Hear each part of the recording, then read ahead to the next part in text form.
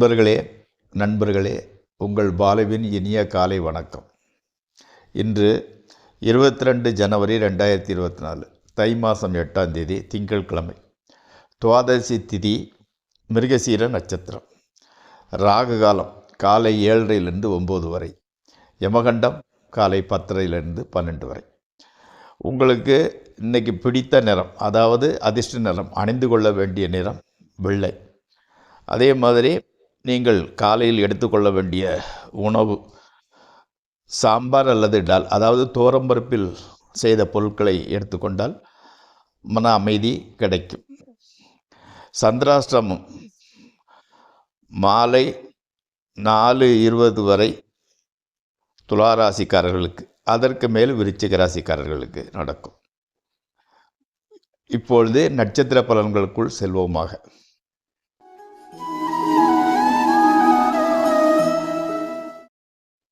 முதலில் மேசராசி. காதலர்கள் சந்திப்பு முதலில் சண்டையில் ஆரம்பித்து பின்பு சமாதானத்தில் முடியும். உயர்கல்வி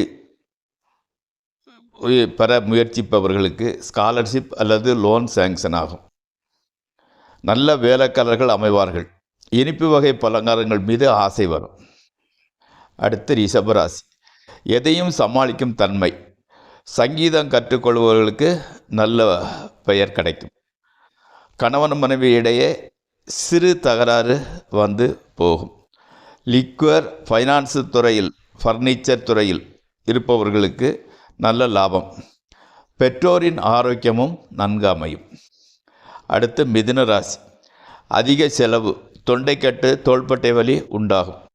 மனைவி பெயரில் தொழில் நடத்துவதில் அதிக லாபம் கிடைக்கும். மீன் தொட்டி வைக்க வேண்டுமென்று விரும்புவோர் அல்லது புதிய வளர்ப்பு மீன்களை வாங்கிவிட வேண்டிய சூழ்நிலை உருவாகும். மீன்களை வளர்ப்பது உங்களுக்கு டென்ஷனை கம்மி பண்ணக்கூடியதான், தாராளமாக செய்யலாம். அடுத்து கடகராசி. பணவரவு உண்டாகும். திருப்தி அளிக்கக்கூடிய அளவில் வரும். குழந்தைகளுக்கு சிறு விபத்து அல்லது இன்ஃபெக்ஷன் உண்டாகும். வீட்டில் திருஷ்டி சுற்றி போடுவது நல்லது. சோம்பல்தனம், கால்வலி ஏற்படக்கூடும். செய்கின்ற வேலையை நளினமாக செய்வீர்கள், எந்த வேலையாக இருந்தாலும். அடுத்து சிம்மராசி. பல்வலி ஏற்படும். பெண்களுக்கு அடிவயிற்று உபாதை. குழந்தைகளுக்கு டான்ஸ், மியூசிக் போன்ற கலைகளில் கற்றுக்கொள்ள சேர்த்துவிட முடிவு செய்வீர்கள், அது நடக்கும். பொழுதுபோக்கு நிகழ்ச்சி, சினிமா, டிராமாவுக்கு சென்று வர வாய்ப்பு அதிகம். அடுத்து கன்னியா ராசி. துணிமணி, நகைகள் வாங்குவீர்கள். வீட்டை அழகுபடுத்த செலவு செய்வீர்கள். தகப்பனார் மூலம் பணவரவு. எதுவுமே ஸ்பீடாக நடக்க மாட்டேங்கிற மன வருத்தம் உங்களுக்கு இருந்துக்கிட்டு இருக்கும். வெளியூரிலிருந்து நல்ல செய்தி வரும். துளாராசி. சிறு சிறு பிரயாணங்கள், அதன் மூலம் நன்மையே கிடைக்கும். வேலையில் சிறிது பிரச்சனை. எதை இழந்தாலும் தைரியத்தை மட்டும் இழக்க மாட்டீர்கள். வாகன செலவு உண்டாகும். இறைவனிடம் கையேந்துங்கள், அவன் உங்களுக்கு இல்லை என்று சொல்லுவதில்லை. ఎందుకంటాல் உங்களுக்கு குருவின் அருள் பூரணமாக இருக்கிறது. அடுத்து விருச்சிக ராசி. உங்கள் பேச்சை எல்லோரும் ரசிப்பார்கள். ஆனால் உங்கள் மனைவி மாத்திரம் உங்களுக்கு பேச தெரியாது, யாரிடமும் பேசாதீர்கள் என்று சொல்வார்கள். அதை சீரியஸாக எடுத்துக்கொள்ள வேண்டாம். புதிய தொழில் ஆரம்பிக்க பிளான். திருமணம் வயது வந்தவர்களுக்கு திருமணம் கைகூடும். கர்ப்பிணி பெண்கள் ஜாக்கிரதையாக இருக்க வேண்டும். வரவு செலவு, சந்தோஷம், கவலை எல்லாமே சரிசமமாக இருக்கும். இடமாற்றம் நன்மை பயக்கும். குழந்தைகள் மூலம் சந்தோஷம். உயர்கல்விக்கு அப்ளிகேஷன் போட மிகவும் நல்லது. முன்னோர்களின் ஆசை கிடைக்கும். வாழ்க்கையில் அந்த லெவலுக்கு செல்ல அடித்தளம் அமைக்கக்கூடிய நல்ல நாள் இது. மகர ராசி. காதலர்களுக்கு உகந்த நாள். காதலிக்கு மனம் உகந்த பரிசளித்து மனதில் இடம் பெறுவீர்கள். குழந்தை பேர் இல்லாதவர்களுக்கு அந்த பாக்கியம் கிட்டும். எல்லோராலும் போற்றப்படுவீர்கள். அடுத்து கும்பராசி. வேலையிலிருந்து ரிட்டையர்ட் ஆனாலும் சும்மா இருக்க மாட்டீர்கள். புதிய வரவுக்கு வழி கிடைக்கும். புதிய வாகனம் வாங்க நன்று. டிராவல்ஸ் தொழிலில் இருப்பவர்களுக்கு நல்ல வருமானம் இருந்து கொண்டு இருக்கிறது. மீன ராசி. எல்லா டிவி பேப்பரு எதை எடுத்தாலும் மிக மோசமான பலன்களை அழுத்தி விடுவார்கள்.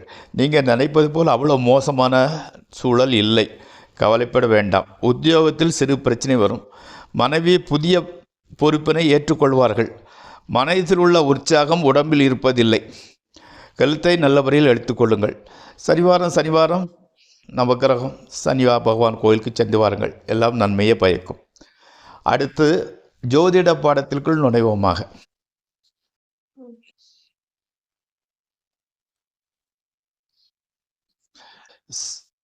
இப்பொழுது சூரியனை பற்றி சிறு குறிப்பு. சர்வபலமே படைத்த விஷ்ணு என்கிற ஸ்ரீமத் நாராயணனே சூரிய நாராயணன் என்ற பெயரில் சூரியனின் அம்சமாக இருந்து அதிகாரம் செலுத்தி வருவதால்தான் எல்லா கிரகங்களுக்கும் தலைவனாக சூரியனால் செயல்பட முடிகிறது. இதை விஷ்ணுவே கீதையில் 10வது அத்தியாயத்தில் சொல்கிறார். ஆதித்யானாம் மகம் விஷ்ணும் ஜோதிஷாம் ரவி அம்சுமான் மரேசில் மருதாமஸ்மே நட்சத்திரயானா மகம் சசி.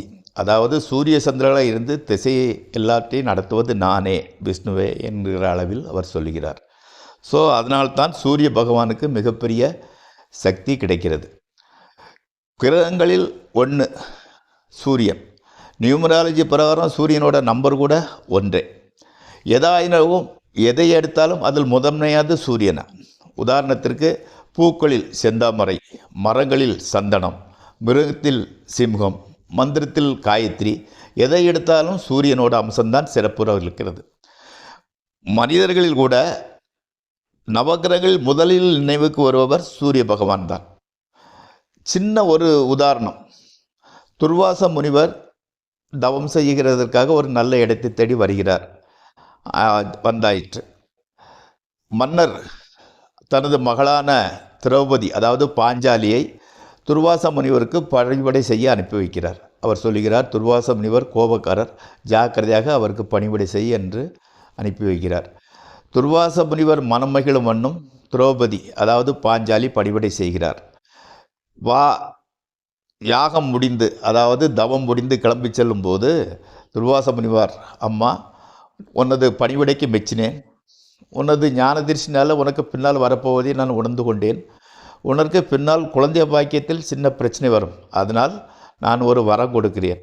எவரை நினைத்து நீ வேண்டுகிறாயோ அவர் மூலமாக உனக்கு குழந்தை வரம் கிடைக்கும், குழந்தை பாக்கியம் கிடைக்கும் என்று ஒரு வரத்தை அருள்விட்டு செல்கிறார். திரௌபதி சிறுமிதானே, முனிவர் ஏதோ சொல்லிட்டு போயிட்டார், அது நடக்குமா நடக்காதா, எப்படி கிடைக்கும்?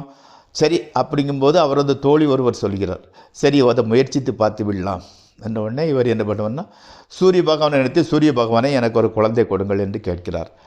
டக்குண்டு கையில் ஒரு குழந்தை வந்தது சூரியனோட அம்சத்தினால. என்னடா இதாகி போச்சுன்னு சொல்லிட்டு அந்த குழந்தைய என்ன பண்ணுறது, சிறுமி ஆகிட்டு, சிறுமிக்கு எப்படி குழந்தை பிறக்கும் எல்லோரும் டவுட் வரும்ட்டு அதை ஒரு பெட்டியில் வச்சு ஆற்றுல விட்டுறத மாதிரி கதை. அந்த குழந்தை தான் சூரியன். நான் எதற்கு இதை சொல்ல வருகிறேன் என்றால், அந்த குழந்தை தான் கர்ணன். எதை சொல்ல வருகிறேன் என்றால், நமக்கு டக்கண்டு நினைவுக்கு வருவர் சூரியன். எதற்கென்றால் சூரியன் தான் நம்மளோட ஆன்மக்காரகன். நம்ம அடிமனத்தில் நடக்கக்கூடிய ஆசைகளை நிறைவேறக்கூடிய சக்தியை கொடுப்பவரே சூரியன். அடுத்து சூரியனை பற்றி இன்னும் விவரமாக சந்திப்போம், அலசுவோம், பேசுவோம். நன்றி. மீண்டும் உங்களை சந்திக்கிறேன். இதுவரை நான் சொன்ன கருத்துக்கள் உங்களுக்கு உடன்பாடு உடையதாக இருந்தால் அதை சப்ஸ்கிரைப் செய்யவும்,